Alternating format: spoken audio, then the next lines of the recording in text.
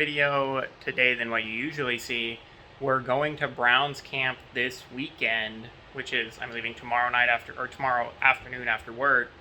So I'm going to kind of show you how I prep for that, food and camping gear and that stuff wise, so you kind of have an idea of what it all looks like. And what I do, I make it super simple. I'm definitely not an overlander. So first things first, when I'm prepping food, obviously, like I said earlier, I'm not an overlander, but I've spent hundreds of nights camping and hunting, and I've learned over the years that it's easier to prep down to the minuscule thing that you'll need to do while you're out there before you get there.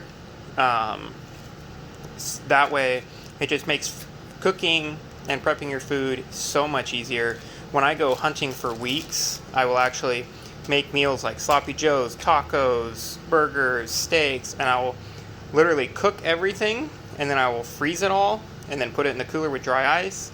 And then each morning I'll take something out of the dry ice cooler, put it in a different cooler, and then use that to make my meals with, and it just makes everything way easier, makes cleanup easier, the whole shebang. So when I go wheeling and camping, I usually just start off with, for breakfast, just breakfast burritos. And my burritos are super simple. I do tortillas, bacon, and so I put the bacon in a gallon bag, and then I put bacon, I just split it up equally, and I cut it in half, then split it up. So it's in 4 bags. I have 3 bags for breakfasts, and then I have 1 bag for the night I'm doing burgers, if I want to do bacon on my burgers. So I put them all in individual sandwich bags, and then I put it all inside of a gallon bag. And then I have Mexican style shredded cheese, and then Chipotle hot sauce, Cholula Chipotle. And then I've been using this because it works okay on the breakfast burritos, and it works good on if you like mayo and ketchup on your burgers or hot dogs. It's a little bit bigger than carrying like 2 of the small things, but you don't have to carry 2 individual things that way. So I use that for the breakfast burritos as well. And then for lunches, I started just using Uncrustables because when we're wheeling, we're never at camp during lunch, and we're usually camping near an ORV park or at an ORV park, or near where we're going to be wheeling, and we come back each night. So we don't usually bring any of our cooking stuff with us. And so sometimes I plan on like doing hot dogs or something, but it just never really works out. So I started using Uncrustables, and it works easy because we usually get going 9 or 10 o'clock in the morning. We eat lunch, later lunch like 1 or 2, and then we're usually back 5 or 6, sometimes way later than that. But I just bring these in a cooler with me, and it makes life super easy. I usually plan one fancier dinner while I'm going, and then make the other one simple. So I got a ribeye in here. I don't usually marinate like this, but this is actually my girlfriend's dad's, one of his teriyaki steak recipes. So I'm just doing this for this trip to change it up instead of just doing my normal salt and pepper. For this, I actually put it in 3 Ziploc bags just because I don't want any of that getting inside of the cooler. Whether you're using ice or whether you use a fridge style cooler, it just saves you from getting anything inside it.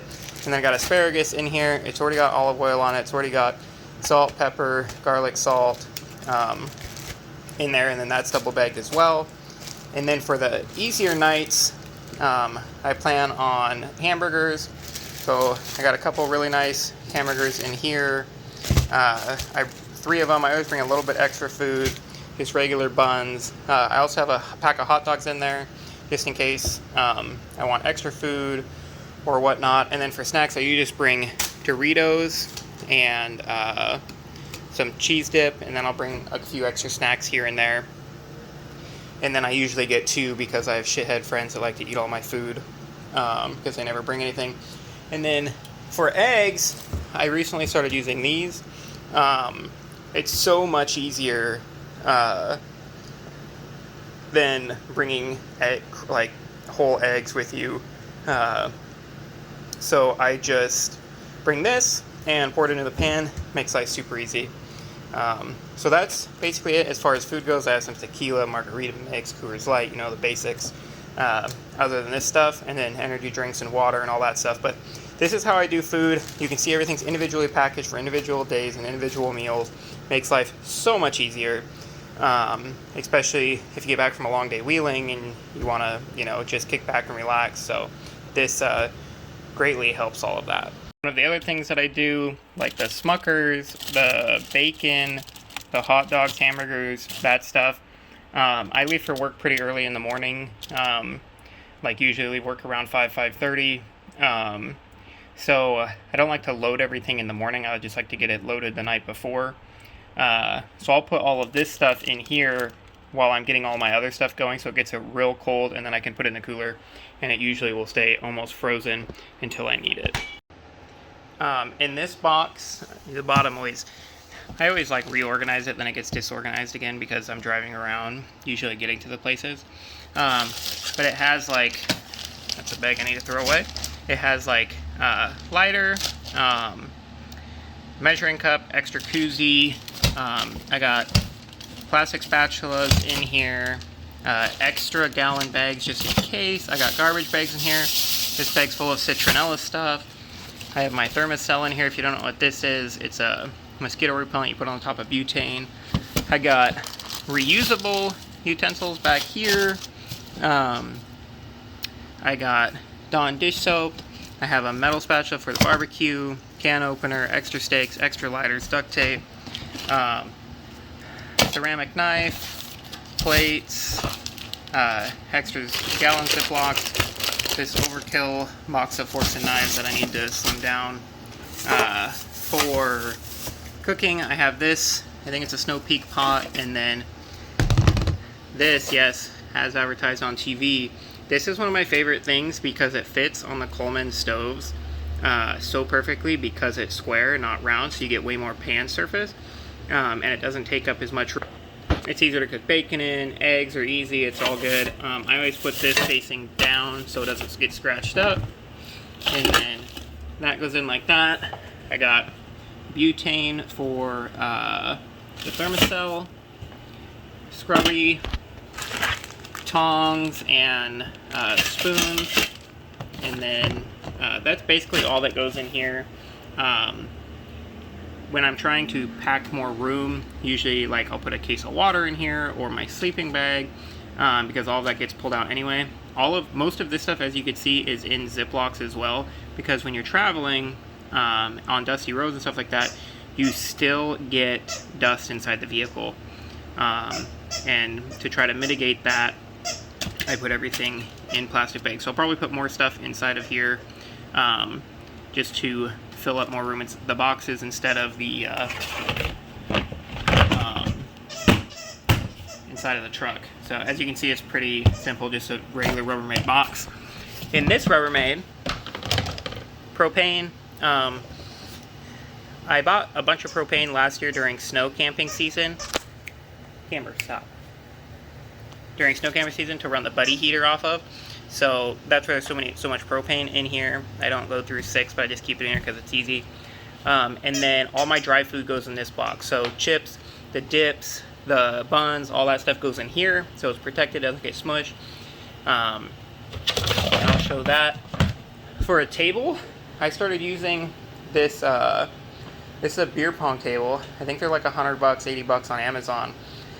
My FJs are short, so I don't have a lot of room to slide in a table or a folded over table, because my priority is wheeling, extra parts and tools, and then I make the camping gear fit in on top of all that.